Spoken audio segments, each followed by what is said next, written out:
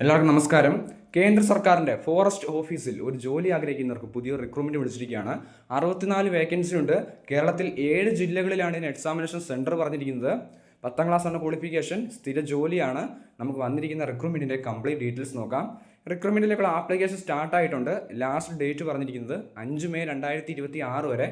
നമുക്ക് ഓൺലൈനായിട്ട് അപ്ലൈ ചെയ്യാം. അപേക്ഷിക്കുമ്പോൾ 100 രൂപ ഫീസുണ്ട്. SC ST വുമൺ കാൻഡിഡേറ്റ്സിന് ഫീസ് ഇല്ല. നമുക്ക് വന്നിരിക്കുന്ന പോസ്റ്റിൻ്റെ കൂടുതൽ ഡീറ്റെയിൽസ് നോക്കാം. പോസ്റ്റ് കോഡ് NR 12526 ആണ്. പോസ്റ്റ് നെയിം MDS ആണ്. അസിസ്റ്റൻറ്റ് കീപ്പർ അറ്റൻഡർ തസ്തികയാണ്. ക്വാളിഫിക്കേഷൻ പറഞ്ഞാൽ 10ാം ക്ലാസ് പാസ്സാണ്. 10ാം ക്ലാസ് പാസ് അവർക്ക് അപ്ലൈ ചെയ്യാൻ സാധിക്കുന്നതാണ്. Ministry name ministry environment forest and climate change ആണ്. സാലറി സ്കെയിൽ പറഞ്ഞിരിക്കുന്നത് 14 മുതൽ 56,900 വരെ ബേസിക് സാലറി ലഭിക്കുന്നതാണ്. ഇത് കൂടാതെ അലവൻസും കാര്യം ലഭിക്കുന്നതാണ്. ഈ റിക്രൂട്ട്മെൻറ്റിൻ്റെ വേക്കൻസി ഡീറ്റെയിൽസ് നമുക്ക് നോക്കാം. അൺറിസർവ്ഡ് അല്ലെങ്കിൽ ജനറൽ കാൻഡിഡേറ്റ്സിന് 49 വേക്കൻസി, STക്ക് 2 വേക്കൻസി, SCക്ക് 4 വേക്കൻസി, OBCക്ക് 7 വേക്കൻസി, EWSന് 2 വേക്കൻസി, അങ്ങനെ ടോട്ടൽ 64 വേക്കൻസിയുടെ നോട്ടിഫിക്കേഷനാണ് റിലീസ് ചെയ്തിരിക്കുന്നത്.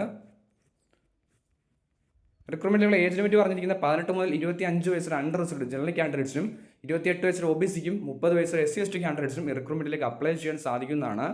സോ നമുക്ക് കേരളത്തിൽ എവിടെയൊക്കെയാണ് ഇതിൻ്റെ എക്സാമിൻ സെൻറ്റർ നോക്കാം. എക്സാം സെൻറ്റർ വന്നിരിക്കുന്നത് കണ്ണൂർ, കോട്ടയം, കോഴിക്കോട്, തിരുവനന്തപുരം, എറണാകുളം, കൊല്ലം, തൃശ്ശൂർ, കവരത്തി, ആലപ്പുഴ, മലപ്പുറം തുടങ്ങിയ ഡിസ്ട്രിക്റ്റിലാണ് എക്സാം സെൻറ്റർ വന്നിരിക്കുന്നത്.